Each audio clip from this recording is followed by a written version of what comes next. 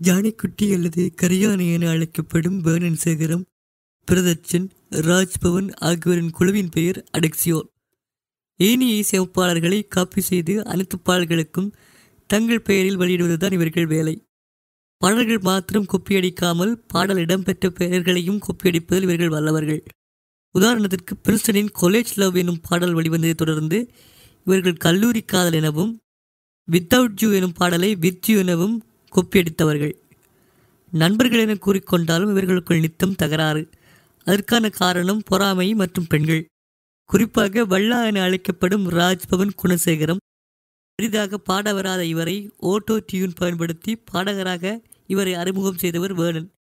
அப்படியிருந்தும் பொறாமையில் Charles Bosco அவர்களோடு இணைந்து வேர்னனை குறித்து ராஜ்பவன் கேவலமாக கதைத்தது பெரிய விடயமாக வெளிவந்தது. வேறு பெயர்களில் பல இமெயில் மூலம் அசிங்கமாக மற்றவர்களை திட்டுவதும் பெண்களுக்கு அசிங்கமாக எழுதுவதும் தான் இவரின் வேலை. ஹரோ பகுதியில் களவெடுத்து சிறிது காலம் ஜெயிலில் இருந்து இவரை நிரந்தர காதலி இல்லாதது பெரிய காரணமாக இருந்து வருகிறது. இவர் நண்பர் காதலிகளை பார்த்து மிகவும் எரிச்சல் அடைவார்.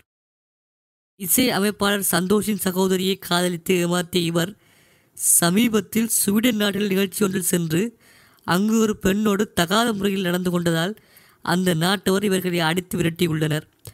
அதேபோன்று என்சுவாசம் என்னும் குறும்படம் பிடிப்பில் நோர்வேயில் களவு எடுத்தும் மற்றும் படத்தில் நடித்த பெண்ணோடு தனது லீலைகளையும் செய்து முடித்தார். இப்படியாக பல பிரச்சனையால் இவரை அடிப்பதற்கு பலர் தேடித்தருகிற வகையில் இவர் தலைமறைவாக உள்ளார். இவர்கள் கூட்டத்தில் முக்கியமானவர் பிரதர்ஷன் சிவரட்னம். இவரும் வேர்னனுக்கு போட்டியாக தானும் இசை அமைக்க முயற்சி செய்து வேர்னனைப் போலவே இவரும் கொப்பியடித்து ஒரே சாலையில் பாடல்களை வெளியிட்டு வருகிறார். சங்கீத பரம்பரையில் மட்டும் பிறந்தால் போதாது, அதற்கான அறிவும் ஞானமும் இருக்க வேண்டும் என்று இவரை பலர் நகையாடி வருகின்றனர். இவரது குட்டு தெரிய வர இவரது நீண்ட நாள் காதலி இவரை கலைத்துள்ள நிலையில் காதல் தோல்வியின் சோகத்தை புற பெண்களோடு கதைத்து ஆற்றி வருகிறார். அப்படிப்பட்டவர்கள் ஒருவர்தான் கார்த்தி விக்னேஸ்வரன் என்னும் பெண்.